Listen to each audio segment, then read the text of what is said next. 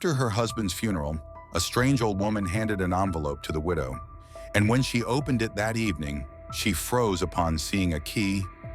We welcome you to our channel and invite you to watch the video with our new original story. Looking at the black clumps of earth flying with a dull thud from contact with polished wood, Fernanda thought only that there would never be anything good in her life again. 14 years of quiet family happiness, so carefully cultivated and cherished, tragically ended in one moment when beloved Eugenio was no more. Instead, there remained only a pile of twisted metal fragments scattered along the mountain road on New Year's Eve. Who were all these people wrapped in black, patting Fernanda on the shoulder, sympathetically embracing her in this cold mountain morning? What a grief, reached the woman's ears in whispered fragments. To be widowed at 35, and on New Year's too. Didn't they have children? Replied a faceless voice, and immediately shamefully fled from Fernanda's ears, as if afraid she would hear and completely fall out of reality. The petals of snow-white lilies rustled quietly in the January wind. It seemed that just a little more, and this rustling would grow into the sound of breaking glass. Fernanda silently stared at one point. She didn't want to be here, didn't want to hear the consolations of relatives and acquaintances again and again. This was not their grief, but only hers alone. Who would understand who Eugenio was to her? Beloved, friend, husband, brother, father, a treasure that needed to be kept, caring about nothing else. Now all this was no longer important. Fernandita, don't stand like that, you'll freeze, came her mother's voice from somewhere far away. Estrella carefully adjusted the scarf on her daughter's neck and wrapped the collar of her coat. I'm not cold, Fernanda replied indifferently. I understand everything, dear, everything, Estrella sighed deeply. Believe me, all that will help you now is time. Nothing will help. When Daddy passed away, I thought the same way. The mother squeezed her daughter's frozen little hand in her warm hands. But time heals everything. Now this seems like nonsense to you, so be it. But you continue to live, and that's the main thing. Whether you want to or not, you'll have to accept the truth and move on.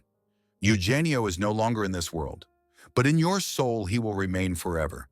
And your task is to honor his memory and live for yourself, no matter how difficult or foolish it may seem. Mom, Nothing needs to be said, Estrella sighed. Not now. It's time to get ready for the wake.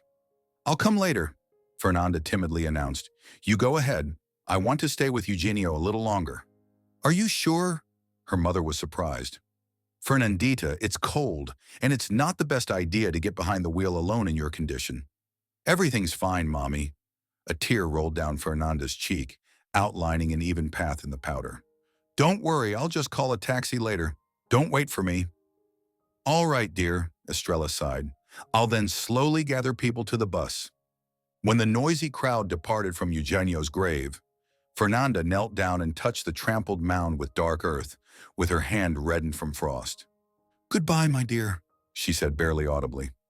Tears prevented her from speaking, but Fernanda knew that Eugenio heard everything anyway, carefreely smiling, looking at everyone nearby. That's how it all ended. Who would have thought that happiness would have to be paid for so dearly? I know one shouldn't say this, but right now I would give everything to lie here next to you. But why didn't you listen to me that evening? You were so fixated on that Christmas tree, we could have celebrated without it. No, you insisted, only the best for my wife. And now what? Emptiness filled with tears and regrets. God, Eugenio, how can I live without you now? Where should I go? What should I do? How can I live at all now? I can't be alone, Eugenio, I can't. We were always together. Why did you doom me to loneliness? You know this is unbearable for me.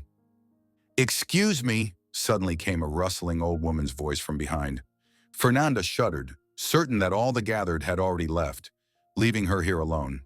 Turning around, she saw a thin old woman wrapped in a gray coat with a large fur collar. On the stranger's head towered a strange tall hat resembling a top hat. Her face was almost completely covered by a mesh veil. The image was so strange that Fernanda froze in surprise. I probably scared you, the old woman smiled gently. I apologize once again. Nothing terrible. Fernanda rose from the snow, brushing off her coat and looking around. Can I help you with something? If you need directions to the exit, I don't really know myself, but I was about to leave so we can go together. We'll figure it out somehow. Oh, no, no. The stranger waved her thin hands. I know my way around here well. I just wanted to ask, or rather to give you something. Me? Fernanda was surprised. Your name is Fernanda, isn't it? Yes. This time Fernanda was even more surprised, but then thought that the old woman could have heard how relatives addressed her while they were burying Eugenio. Here, take this. The old woman extended some package, literally pressed it into Fernanda's frozen palm. What is this? The woman recoiled, but the stranger was already walking away with quick steps. Wait! Why did you give this to me? Woman! She didn't react at all. Only her gray coat and tall hat flickered between the palms and eucalyptus trees. Caw! Came from above. Fernanda looked at a crow sitting on a thick branch. The bird was furiously tearing at some crust, periodically announcing to the surroundings with exclamations of either surprise or indignation or delight. Literally a second later, the woman again looked in the direction where the old woman had disappeared, but saw no one. Only tombstones covered with snowcaps darkened among the snowdrifts and tree trunks. Fernanda looked at the package she was still clutching with her frozen hand. It was a small cylinder made of brown parchment, tied with a silk ribbon. The woman tried to untie the knot, but her fingers wouldn't obey. What's going on? Fernanda thought with annoyance and put the package in her pocket. Well, I suppose it's time. If only I knew where to go. However, I can orient myself by the tracks. There were so many people that they trampled a whole clearing here. Goodbye, Eugenio. I'll come to you as often as possible, and in spring we'll put you a beautiful monument of white marble. You'll like it. Fernanda headed for the path, not looking back and trying to hold back tears. She understood that with each step, she was getting further from her happy past, stepping into an uncertain future through a black present. Fernanda returned home late. Despite her mother's persuasions, the woman wanted to be alone. Finding herself in an empty, dark apartment, she helplessly sank onto the sofa and silently stared at the ceiling. Crystal pendants of the large chandelier caught the light of car headlights from the avenue running outside the window. The apartment was immersed in frightening silence, torn by the beating of Fernanda's heart. The clock struck midnight. Fernanda shuddered. For a moment, she broke free from the captivity of regrets. She didn't want to sleep at all, although the woman had been on her feet since 6 in the morning. Rising from the sofa, Fernanda went to the kitchen, and her gaze fixed on Eugenio's favorite cup standing on the table. Best husband in the world, declared the red inscription on white porcelain. The woman carefully took the cup in her hands and burst into tears again. Why didn't we ever have a child? Fernanda tormented herself. So many years thinking about the future, planning something, always postponing. The European approach, first capital, then children. Do you really think I'll be able to find someone else, love, gain a new family? How foolish all this was, Eugenio. Mom says that sooner or later everything will settle, the pain will subside, strength will be found. But I don't believe it. Where can I get strength from? If you see me now, feel my sorrow, then just know that I will remain faithful to you forever. Right here and now, I swear that I will never open my heart to anyone else again. Suddenly, the sound of breaking glass came from the living room. Fernanda shuddered and quickly headed to the room. Turning on the light, she saw red fragments lying on the parquet. A Christmas ornament hanging on a thin golden thread had shattered to pieces. Eugenio, is that you? Fernanda mumbled fearfully, looking at the motionlessly hanging ornaments on the garland that she had hung a few hours before her husband's death, waiting for his return with the Christmas tree. No answer followed. How stupid I am, the woman scolded herself, crouching over the fragments. The thread probably just came untied under the weight of the ornament. I need to take everything down urgently so as not to create a useless illusion of a holiday. All this is just nonsense. Let others have fun. Going for a dustpan and brush, Fernanda bent down to sweep up the fragments. At that moment, something strange began to happen. All the ornaments hanging on the garland began to fall one by one. The woman watched in horror as the threads snapped and multicolored fragments scattered across the floor. Fernanda couldn't even move. As soon as the last golden string broke, everything became quiet. The entire floor in the living room was covered with fragments sparkling in the electric light and golden dust. "What's happening?" Fernanda whispered aloud. "This can't be a coincidence." Okay, one or two threads snapped. But all of them? I saw how they tore off one by one. "Eugenio, is that you? Or am I just going crazy?" "No, I'm dreaming all this. Nothing else. I just didn't notice how I fell asleep. I need to pinch myself and everything will pass." Grabbing the skin on her forearm with her fingertips, Fernanda squeezed them with all her strength and immediately cried out in pain. What was happening was not a dream. "What is this?" the woman thought with indignation. "Some kind of mysticism. I don't believe in ghosts, although they say that the souls of the dead don't leave the dwelling for several days. But Eugenio died far from home. Or doesn't that matter? Well, let it be so. But why is he scaring me? Can't he attract attention more gently?" As soon as Fernanda thought about this, a strange sound came again, this time from the hallway. The woman jumped up sharply and, overcoming her fear, headed there. On the floor near the coat rack lay some dark mass. It seemed like some wild beast was crouching and preparing to jump. The woman froze, expecting that the incomprehensible creature would attack her any moment. The light switch was near the front door. To reach it, she would have to meet the monster face to face. Forcing herself, Fernanda backed away and felt for the switch in the corridor with her hand.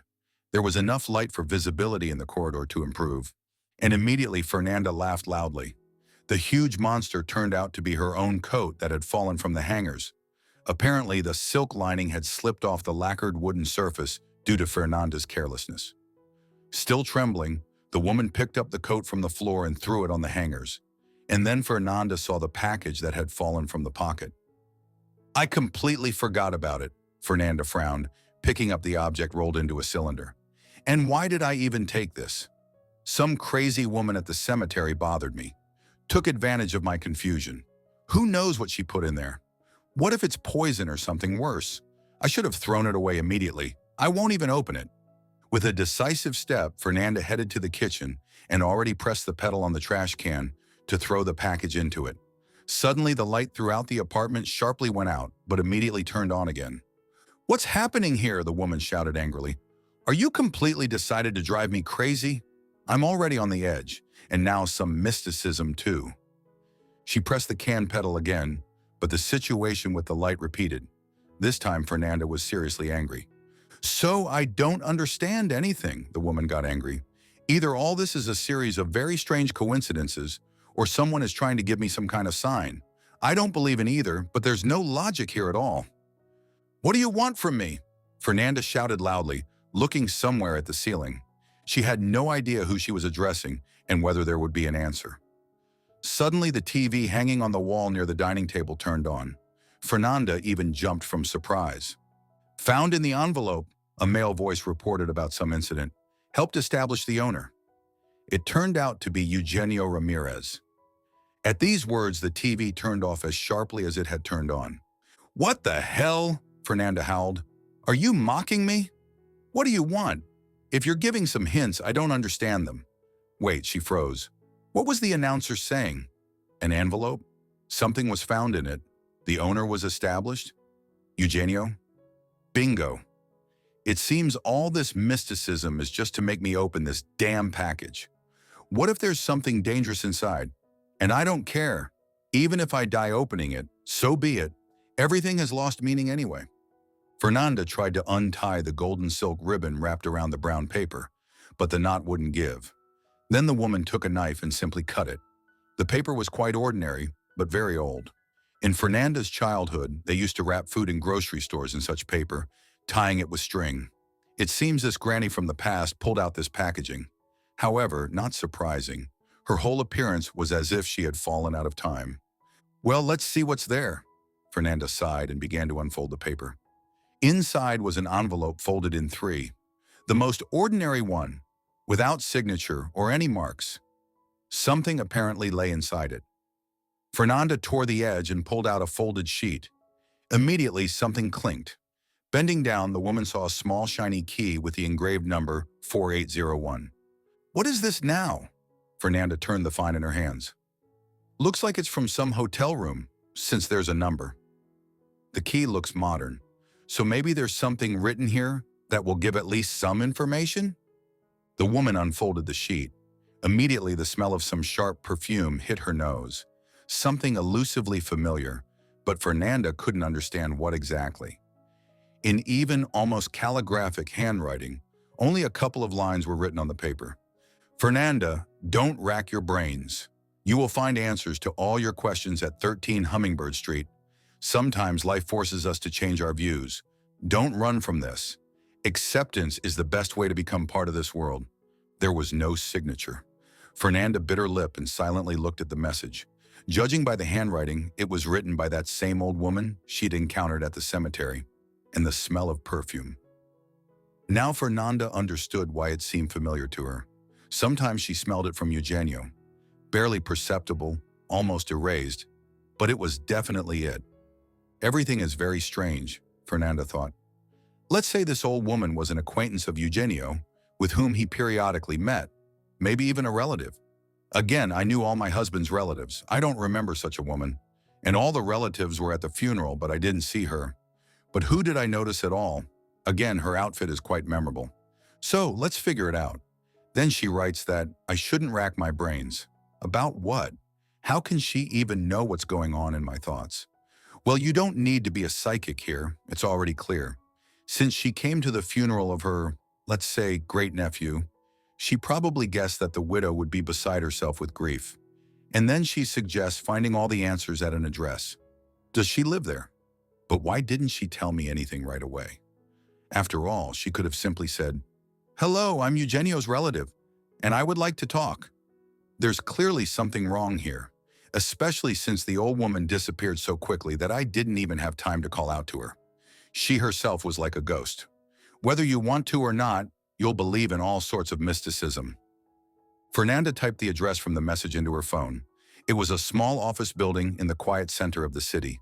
A couple of boutiques, a bank, a notary office, a beauty salon. Nothing special. Even better, Fernanda grumbled. If the old woman doesn't live there, then how am I supposed to meet with her? She doesn't work at the bank, does she? She's about 80 years old. Although, wait, bank, exactly. This key looks like a key to a bank safe deposit box. The number, accordingly, indicates the right one. But whose is it? And why did the old woman give it to me? So I know for sure that this couldn't be Eugenio's box.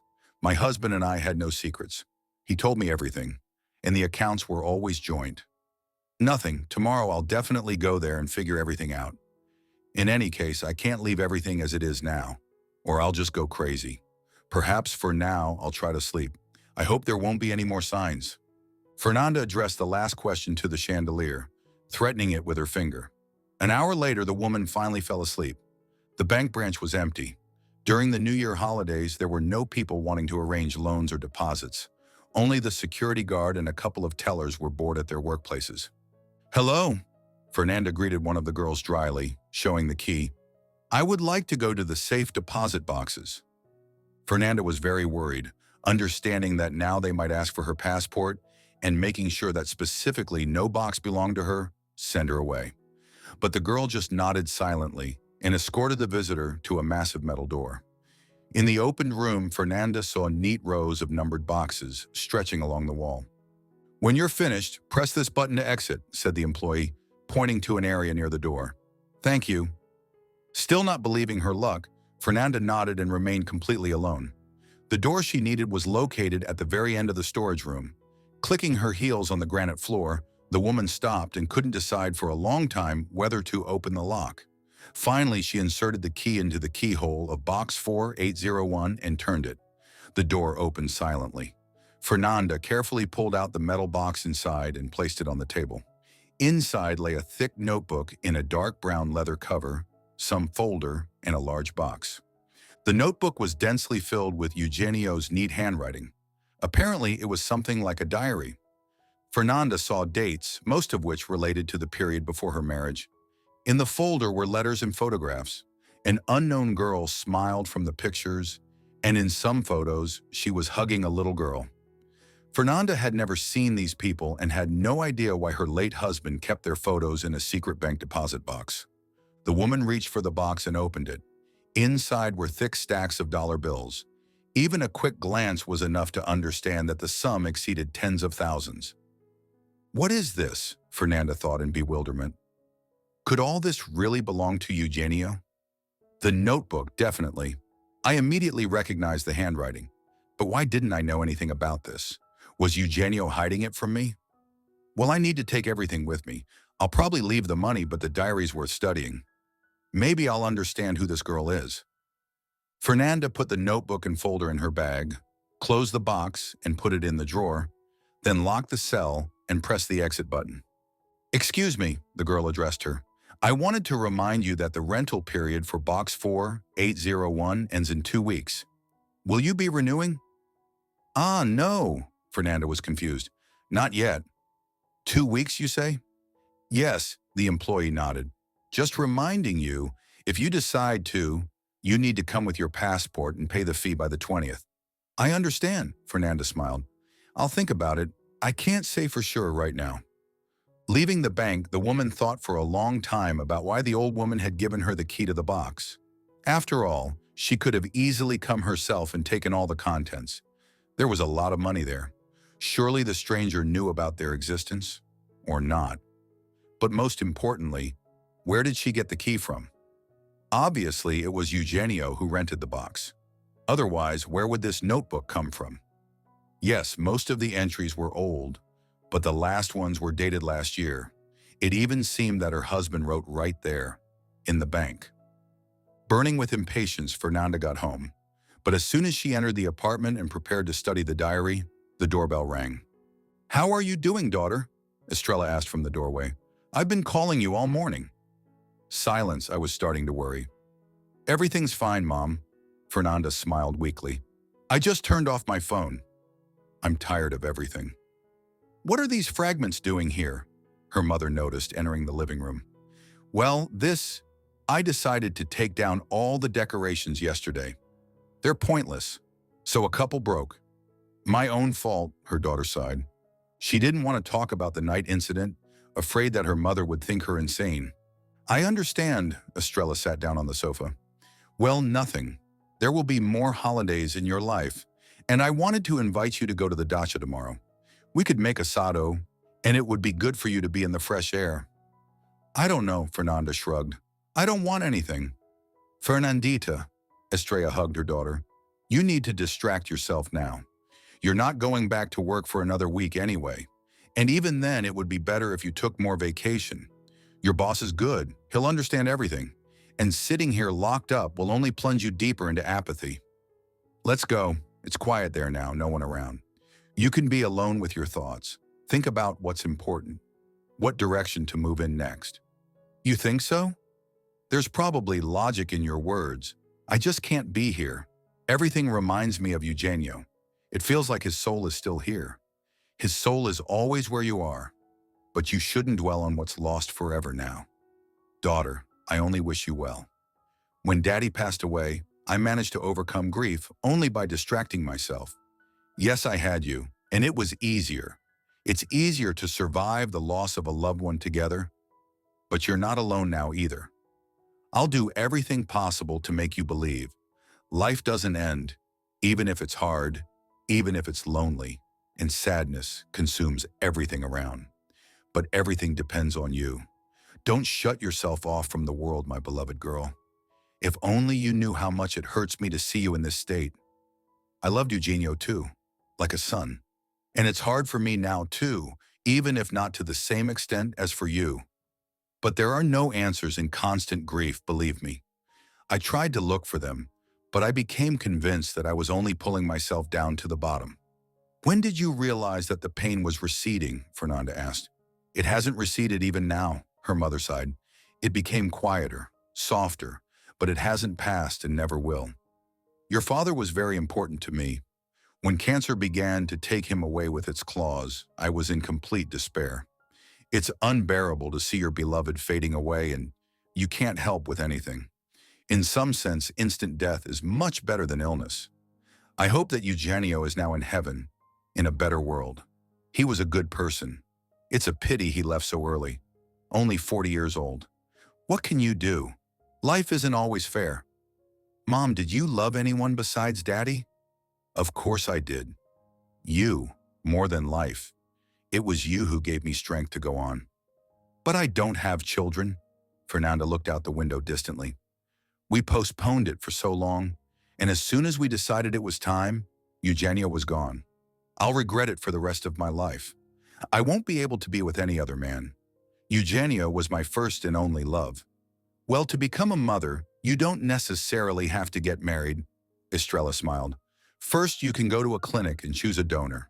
Second, you can always adopt a child. There are so many in orphanages and they all need a mother. You think so? Fernanda looked doubtfully. I can't imagine what it's like to raise someone else's child. Someone else's? Sorry, but you'll raise him as your own, and you'll love him, you just have to want to. Besides, it will be easy for you to arrange guardianship and become an adoptive mother. And the fact that you're alone isn't a problem today. The main thing is to create conditions for the child. You have a good income. There will be a good inheritance from Eugenio. Sorry for even talking about this. If you're not ready to think about this, I'm not insisting. I'm just saying that life doesn't stop. If you want to honor your husband's memory by remaining faithful to him, while not giving up the right to be a mother, there's always a way. Thank you, Fernanda smiled. I'll think about it, but it's definitely not the time for this yet. Agreeing to her mother's suggestion to temporarily move to the dacha, Fernanda completely forgot in the hustle of packing about Eugenio's notebook brought from the bank, remembered it only just before departure, putting it in her bag and postponing reading until later. The fresh mountain air pleasantly tickled her skin. Fernanda breathed in the aromas of the heating stove with full lungs, standing in the dacha yard.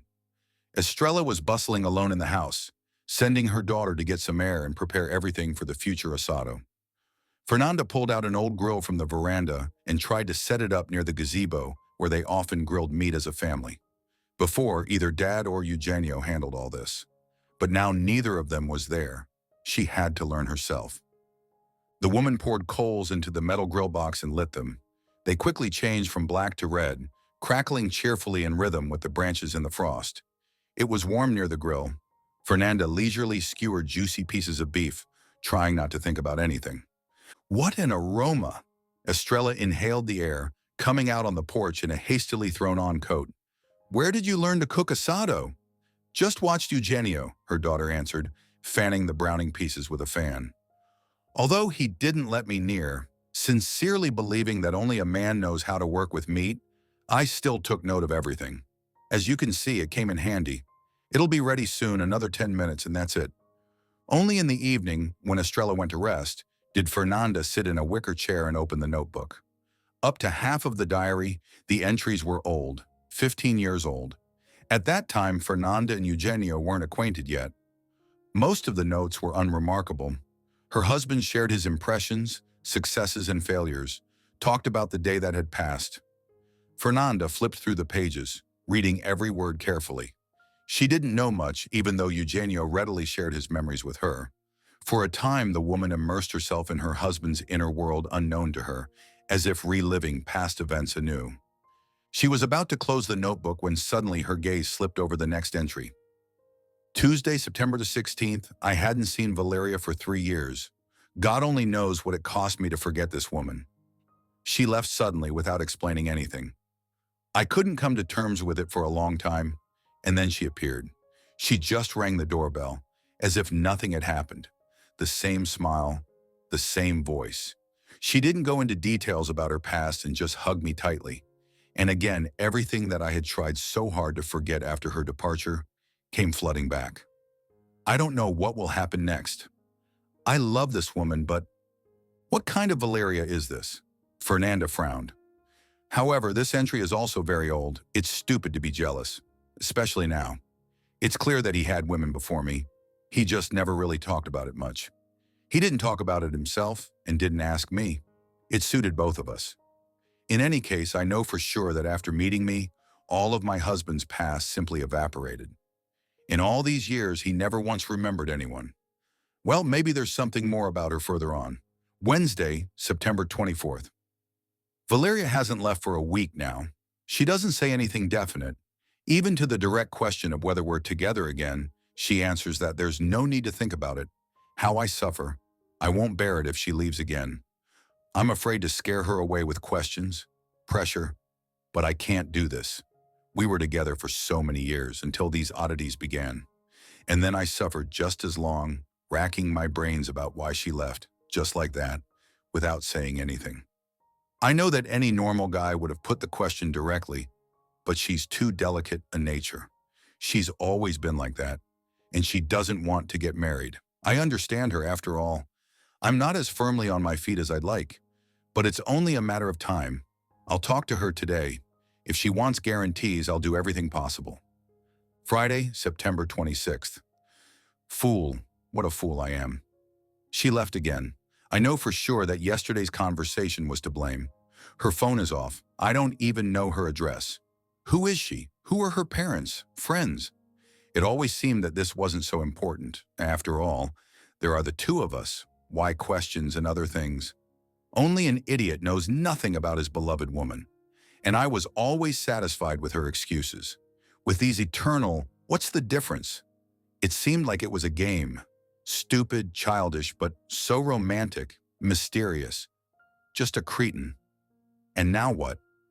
I have to suffer again, not understanding the reasons. She swore that she loved me too, and I saw in her eyes that it was pure truth. But can a loving person do this? Just leave, not caring about someone else's feelings. Thursday, October 2nd, I don't know what to do. Valeria has vanished as if she evaporated. I wander around the city for hours, practically don't sleep or eat. Even at work, everyone tells me that I've grown thin and gotten sick. But I'm not sick. I just want to understand why she ran away again. Everything was good with us. I accepted her without asking questions, not asking about anything, because I love her. I didn't care where and with whom she had been for 3 years. I was just happy to hold her in my arms again. Did I really become so disgusting to her that 10 days were enough to understand this? But people tell each other something, express complaints, argue, simply announce their intentions. Maybe I'm just going crazy. Now I myself doubt that Valeria exists at all. It feels like she's just a product of my sick imagination. Only this way can you trace at least some logic in my and her actions. Tuesday, October 7th. Today I went to a psychotherapist. I can't share my thoughts with acquaintances. They'll consider me insane. Valeria was always against meeting my friends. Essentially, no one ever saw her. We have no photos together. She constantly asked to delete any shots, citing her unphotogenic nature.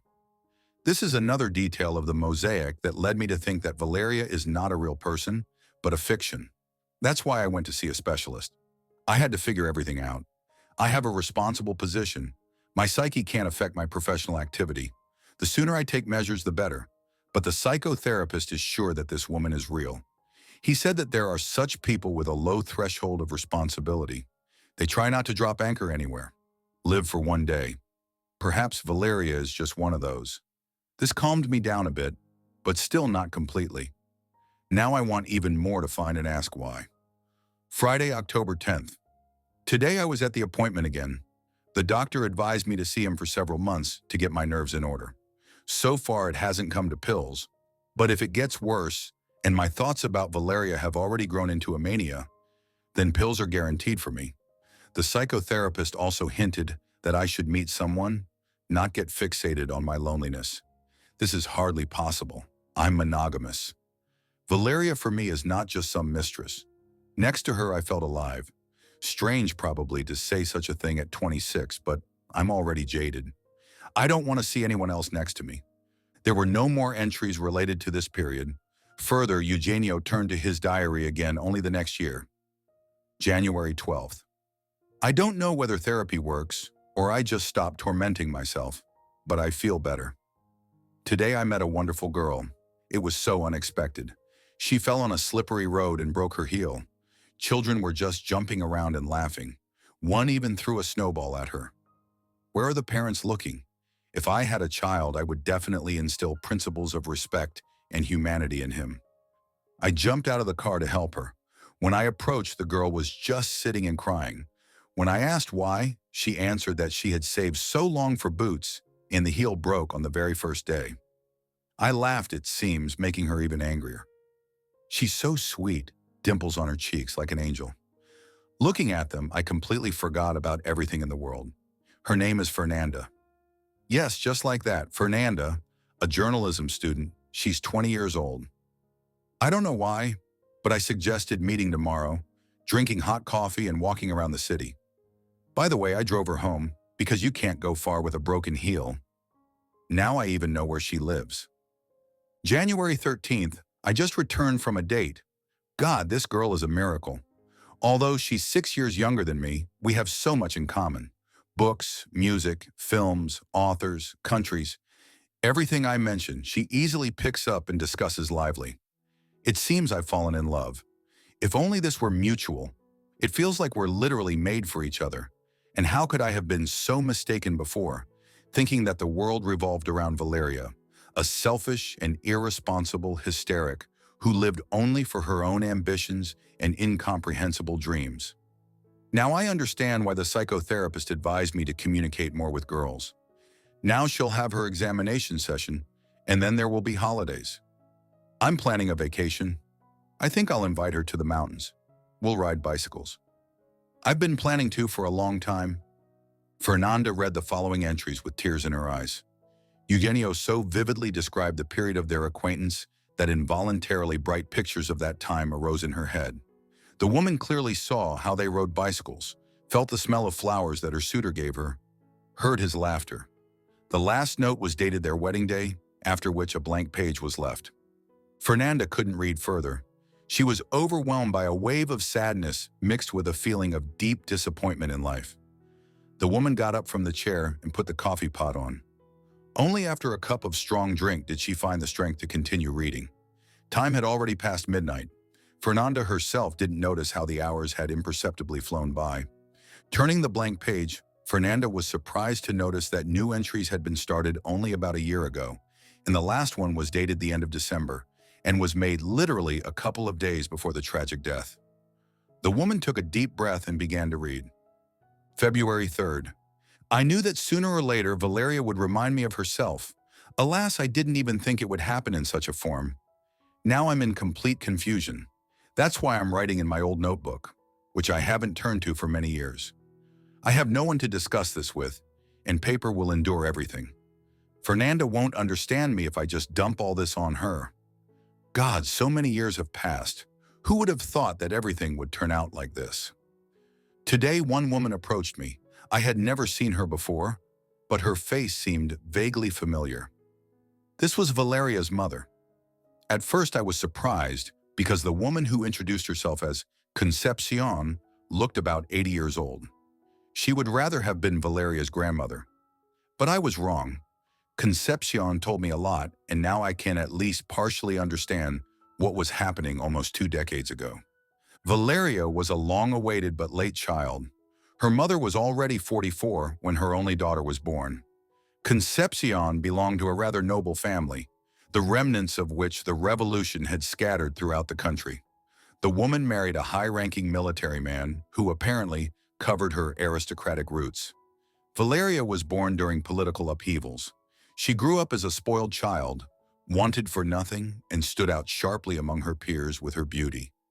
Despite an army of admirers who waited for the beauty with flowers near the entrance, the girl was lonely. Around the age of 16, she began to demonstrate strange behavior. Her father, who spent almost all his time at work, hardly noticed this, unlike her mother, who took the full blow. Valeria was finishing 10th grade when she first got involved with a strange company. Conception initially suspected that her daughter had gotten hooked on some substances. More than once, she searched her purse, pockets, watched the condition of her hands.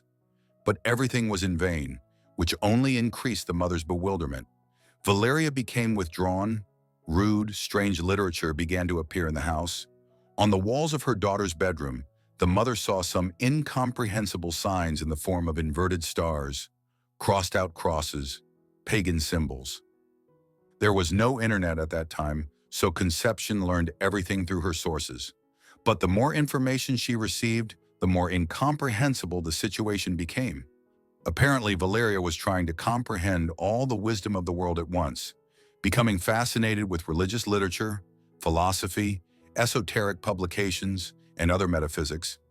Attempts to talk with her daughter always ended in scandal. Concepcion begged her husband to strain his people and follow their daughter, but the operatives only laughed when it turned out that the girl was just wandering around the city for hours without any apparent purpose, not communicating with anyone, not even stopping as she walked. The only strangeness noted was her constant muttering under her breath. It seemed that Valeria was talking with someone invisible, asking him something or conversely arguing. And when it came time to take graduation exams, Valeria disappeared. They searched for her for almost a month, but the girl vanished without a trace. Her mother was beside herself with grief. She wore out the morgue phones. Her father behaved restrainedly but worried no less. All his subordinates were involved in the search. There were no results. Exactly a month later, Valeria appeared without explaining anything to her parents. Conception attributed it to shock. It was very much like the daughter had experienced some terrible event that caused temporary amnesia. It was then that Valeria first saw a psychiatrist. Very soon it became clear that the girl had an acute mental illness. This was precisely what was connected to such behavioral disorders as delusional ideas, obsession, thinking and perception disorders, and much more. Too late did the parents learn about this. Valeria was placed in a medical facility. The girl spent 3 months in complete isolation under the supervision of doctors. Therapy helped. Valeria returned home completely different. She became more sociable, willingly shared her thoughts, was in a good mood, began communicating with classmates again. The parents even managed to resolve the issue with exams and further enrollment. 6 months later, the girl went to the clinic again, but not for long. The doctors were optimistic, and Valeria herself was too. She threw all her energy into studying, made noticeable progress. 2 years passed like this, and then her father died of a heart attack. The girl withdrew into herself again, experiencing grief, and one fine day she disappeared again. Her mother was beside herself with despair. Valeria didn't appear at the institute. None of her girlfriends knew anything about her. One day her daughter called and said that she had met a man, got married, and would now live with him. However, Valeria didn't give the man's address or name. Conception was glad at least that her daughter was alive and well. Periodically, Valeria made herself known, and 3.5 years after her disappearance, she appeared again and said she would live with her mother. She told nothing about her husband or the reasons for their separation. Conception, who was already almost 70 at that time, didn't interfere in her daughter's affairs once again, taking care of her own health. With her mother's assistance, who had certain connections to the fashion world, Valeria found work at an atelier, restored her standing at the institute, and received her specialty by correspondence. However, she continued to work as a seamstress, breaking almost all ties with old acquaintances. This suited her mother because every evening her daughter returned home, was friendly, read a lot of classics. Conception saw nothing suspicious in this. Gradually, Valeria learned to be a dressmaker. Thanks to her mother's connections, she even acquired a name, if not the loudest, in the world of local fashion. Clients even lined up for her. Evening dresses turned out especially well. Valeria became the favorite of the local elite. She began to earn well. A man appeared in her life, with whom Concepcion immediately found common ground. It seemed that life had finally found its course. But then came the day when Valeria disappeared again. For 10 days there was neither sight nor sound of her. Her mother had already managed to file a missing person report, but her daughter suddenly returned. And 3 months later, she even got married. Soon she had a daughter, whom they named Eugenia. But the girl didn't look at all like her spouse, nor like Valeria herself. And by timing, it turned out that Valeria got pregnant during the days of her last disappearance. By then, it was already possible to do a DNA test, which the unfortunate father decided to use. His terrible fears were confirmed. The daughter was not his. The man immediately filed for divorce. By that time, he had already had enough of his wife's antics, and the news about the child was the last straw. Valeria reacted with complete indifference. When the girl turned 5, her mother disappeared again. Concepcion sincerely believed that very soon She would come to her senses and return, but time passed and Valeria was still gone. She appeared only 2 years later, and everything repeated. For some time, the young woman behaved normally, devoted herself to her daughter, continued to sew her dresses. Her mother lived in expectation of another breakdown, but to her surprise, Valeria seemed to have settled down. Eugenia gave her energy to create and live normally. When the girl turned 14, Valeria became seriously ill, and doctors couldn't understand the cause of the strange ailment. Suspicions of oncology were not confirmed. Some specialists hinted at psychosomatic disorder. Valeria was fading before their eyes, turned into a real skeleton. Mother and daughter didn't leave her bedside, trying in every way to please her. Concepcion was most worried that she herself didn't have much time left, and if Valeria died, there would be no one to take care of the minor Eugenia. That day, Valeria suddenly became worse. The ambulance took her to intensive care. The worried Concepcion followed. To her relief, the doctors managed to stabilize her daughter's condition and transferred her to a ward. However, the prognosis was very disappointing. Valeria's heart was severely weakened. Even an emergency transplant would hardly help, not to mention that it would be a problem to find a suitable organ. Sitting near her weakened daughter, Concepcion cried. "Mommy, don't cry," came Valeria's weak voice. "Everything will be fine." "It will. It will," Concepcion answered, holding back tears. "I'll die. It will be easier for you." How many nerves I've frayed in my life. Here comes the reckoning. "Don't say that, my girl," her mother stroked her head. "You tried to be as good as you could. Your ailment is hard to control. Neither I nor your father ever held grudges against you. And Eugenia, I only worry about her. I'm almost 80 myself. I won't last long. If only I have enough bodily resources to raise Eugenia to 18. She has a father," Valeria suddenly confessed. "I never told you about him, and he knows nothing about his daughter, but I'm sure he'll accept her. He's a respected person now, and though I treated him badly, the daughter is not to blame for anything. When I'm gone, promise that you'll go to him and tell him everything, and then let him decide for himself. Tell him it's my last wish. If he loved me once, he'll help." That's how I learned that I have a daughter. Her name is even the same, Eugenia. Valeria always remembered me. Now it's impossible to know the true reasons for her actions. Naturally, it's difficult to take the words of a sick person as truth rather than delirium. I'll definitely order a genetic examination, but one look at this girl was enough for me to understand how much she resembles me. Fernanda caught her breath, finishing the entry. All this information didn't fit in her head. It turned out that Eugenio had a child, whom he had known about for at least a year, but told his wife nothing. A wave of anger rose in her soul. Why didn't he tell me? Fernanda was angry. Did he think I would reject the girl? But he's not to blame for anything. He didn't know anything himself. All this was in another life. Who am I to blame for past mistakes? There were only 2 entries left in the diary. The woman took a deep breath and again fixed her gaze on the dense lines. May 3rd. So much time has passed and I haven't written anything. I don't know why I'm trying to express all this on paper at all. It's unlikely anyone will read these notes. It's very hard for me to deceive Fernanda. I have to secretly withdraw money from the account, passing it off as work expenses. But I can't do otherwise. She'll ask questions. I would give everything to take Eugenia from her grandmother and raise her myself. No, I deeply respect Concepcion, but I see how hard it is for her.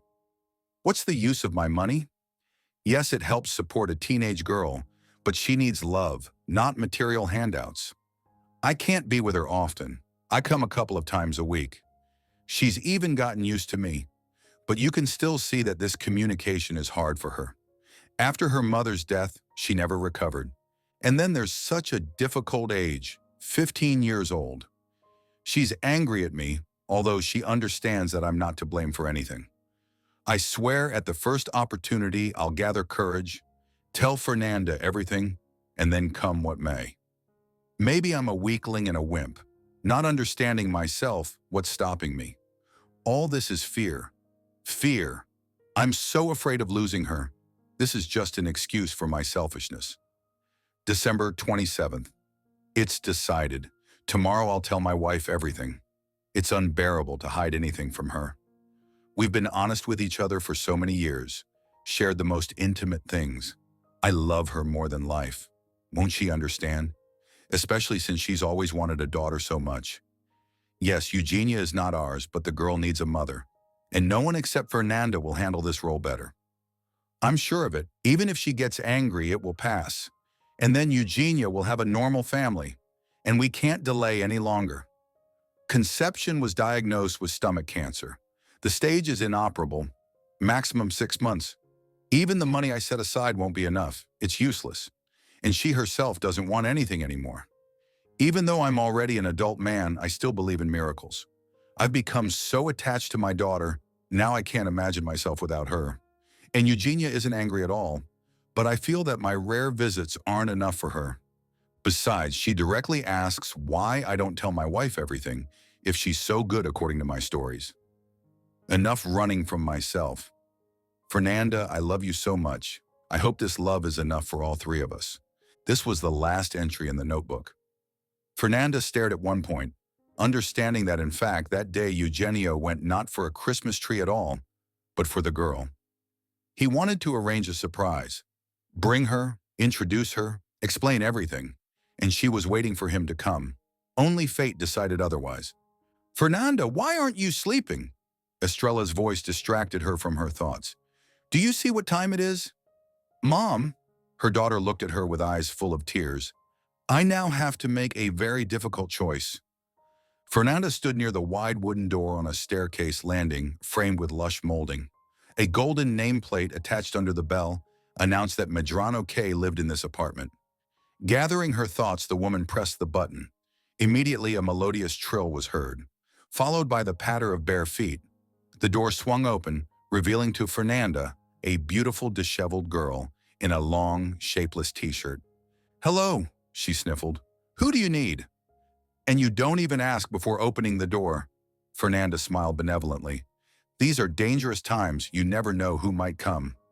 Suspicious characters don't enter our house, the girl smirked. Only former military live here, like my grandfather. It's too costly for such people to mess with us. There are cameras everywhere, and the recording is broadcast directly to security. Wow, Fernanda raised her eyebrows. And you must be Eugenia? I'm here to see your grandmother. Is Conception home? Ah, come in. The girl moved aside. She'll be back soon. She went for cream. She can't drink coffee without it. And she never sits at home. A restless woman. By the way, I just made coffee, so please come to the table. Do you like empanadas? I baked coconut ones. Sounds tempting. Fernanda stepped inside and found herself in a spacious, bright hall decorated in classical style. Immediately, her nose caught the aroma of floral perfume. The smell was the same as from the package received from the old woman at the cemetery. Only now Fernanda finally understood that Eugenio, apparently visiting this house, brought part of the aroma on himself. And what's your name? Eugenia looked innocently. Me? Oh, sorry, I forgot to introduce myself. My name is Fernanda. Okay, the girl shrugged and headed toward the spacious kitchen. Sorry for being so casual, but grandmother didn't say anything about guests. She'll definitely kill me for setting the table in the kitchen and not in the dining room. Honestly, she's worn me out with her etiquette. Who needs that, huh? It's always useful to know the rules of propriety, Fernanda laughed, sitting down at the table. I don't care at all. I'm from a simple family. Mom is a teacher, Dad worked at a factory. Well, you certainly don't carry yourself like a commoner, Eugenia squinted. Sorry for being so direct. I'm curious. Judging by your clothes, your social status is quite high. How do you determine that? Fernanda was surprised, examining her simple pantsuit. Well, it doesn't take much brains. First, the coat. It's European cashmere. I know quality. Such coats cost a lot of money. No one would buy such a coat on credit. It's impractical. Second, the suit looks modest, but it's also European. I can tell by the quality of the seams and the fabric itself. But how? The woman's eyes widened. Don't be scared, the girl laughed. I'm just interested in fashion. I dream of becoming a fashion designer. I'm only in 9th grade now, but I already take design and tailoring courses. Grandmother was once a model, and Mom sewed evening dresses. This talent and inclination come from her.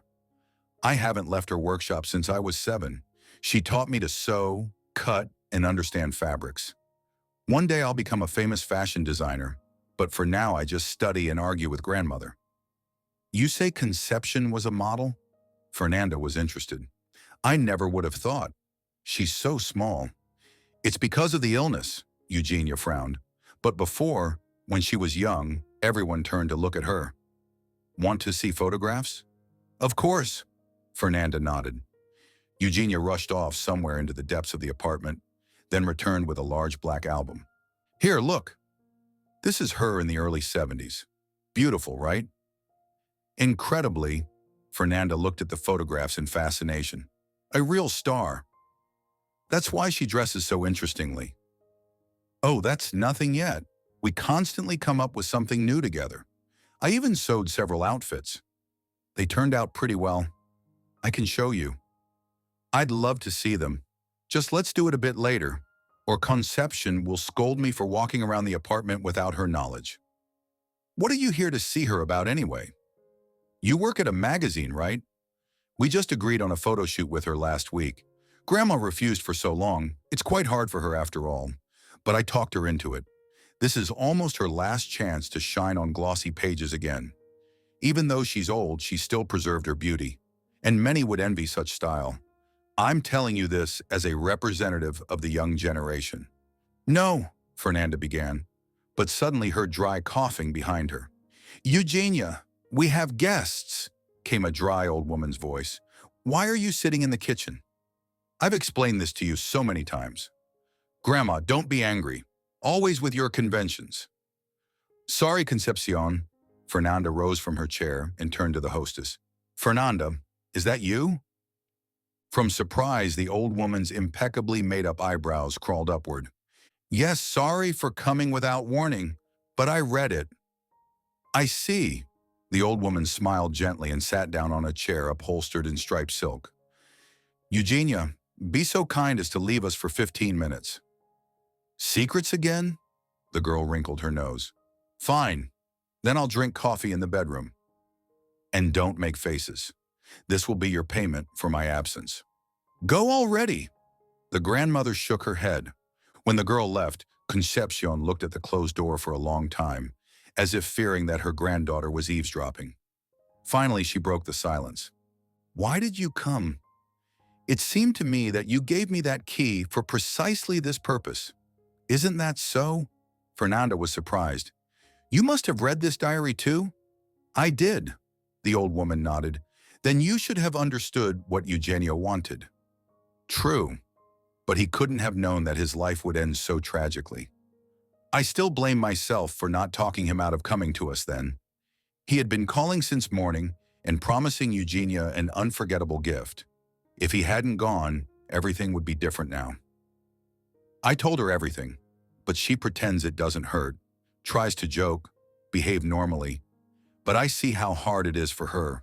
In a year, Eugenio became a real father to her, one she never had. Just think, in a year the girl lost both parents. I myself don't know why I approached you at the funeral then. The key, or rather the second copy, Eugenio gave me for safekeeping. He always had backups.